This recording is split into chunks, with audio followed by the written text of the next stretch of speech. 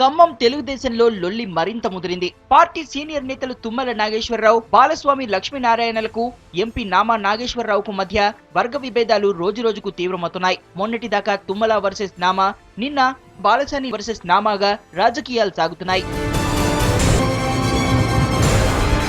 ఖమ్మం టీడీపీలో నామా నాగేశ్వరరావు ఆధిపత్యం కోసం తీవ్రంగా ప్రయత్నిస్తున్నారు. అంతా తానేనంటూ వ్యవహరిస్తున్నారు. ఇతర నాయకులను సైతం లెక్క చేయడం లేదు.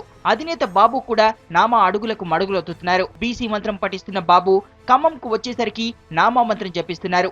నామా ఏం చెబితే అదే, ఎంత చెబితే అంతే అనేలా వ్యవహరిస్తున్నారు. జిల్లాలో 10 అసెంబ్లీ నియోజకవర్గాలుండగా ఎస్టీ ఎస్టీ రిజర్వేషన్లు పోగా జనరల్ కు మిగిలినవి కొత్తగూడెం, పాలేరు, ఖమ్మం స్థానాలే. వీటిలో ఏ ఒక్కటి కూడా బీసీలకు ఇవ్వలేదు. ఈ 3 చోట్ల పోటీకి దిగిన టీడీపీ అభ్యర్థులు కమ్మ కులస్తులే. బీసీ డిక్లరేషన్ అంటూ ప్రకటనలు చేసిన బాబు దీనికి ఏం సమాధానం చెబుతారని ప్రశ్నిస్తున్నారు తెలుగు తమ్ముళ్ళు.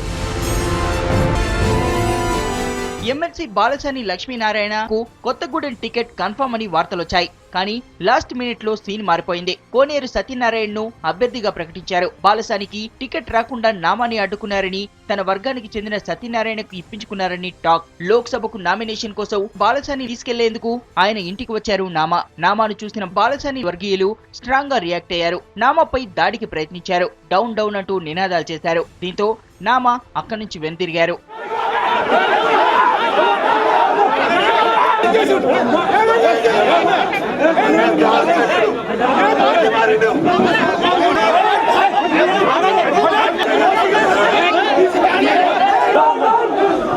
టికెట్ రాకపోవడంపై ఆగ్రహంగా ఉన్న బాలసాని ప్రచారానికి దూరంగా ఉంటానని ప్రకటించారు. అణగారిన వర్గాలను తొక్కిపెట్టే వారి ప్రచారానికి వెళ్లడం కష్టమని, అందుకే ప్రచార బాధ్యతలను తీసుకోనని చెప్పారు. నేను 32 సంవత్సరాలలో 30 సంవత్సరాలు ఈ పార్టీకి సేవ చేస్తే సాక్షాత్తు రాష్ట్ర అధ్యక్షుడు పర్సనల్ సెక్రటరీ ఫోన్ చేసి నీకు బీఫాము ఇతను రమ్మనమని చెప్తే అది 2:30కు ఇక్కడ పోటీ చేసేటువంటి పార్లమెంట్ సభ్యులు దాన్ని తీసుకొని ఇంకోళ్ళకి ఇచ్చారని తెలిస్తే ఏం మెసేజ్ ఇస్తారు? ఈ పార్టీకి కార్యకర్తలకు ఏం మెసేజ్ ఇస్తా ఉన్నారు?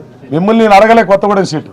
నాకు ఫోన్ చెప్పి వేరే వాళ్ళు ఫోన్ చేస్తే కూడా నేను ఆలోచించుకొని చెప్తాను 10 వరకు. ఎందుకంటే నా కార్యకర్తలు తెలుసు, అక్కడ ప్రజలు తెలియదు, ఓటింగ్ ఏంటి తెలియదు, ఏం తెలియదు కాబట్టి మాట్లాడతాం. మరోవైపు తుమ్మల నాగేశ్వరరావు పైన నామా పైచేయి సాధించారని స్పష్టమవుతోంది.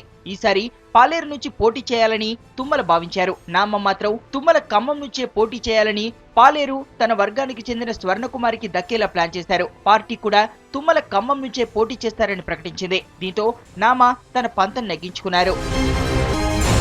నేతల ఎత్తులు, వ్యూహాలు, పైచేయి కోసం చేస్తున్న యత్నాలతో ఖమ్మం టీడీపీ పాలిటిక్స్ హీటెక్కాయి. మరి ఈ వర్గపోరుతో టీడీపీ గెలుపు బావుట ఎగురవేస్తుందో లేదో చూడాలి.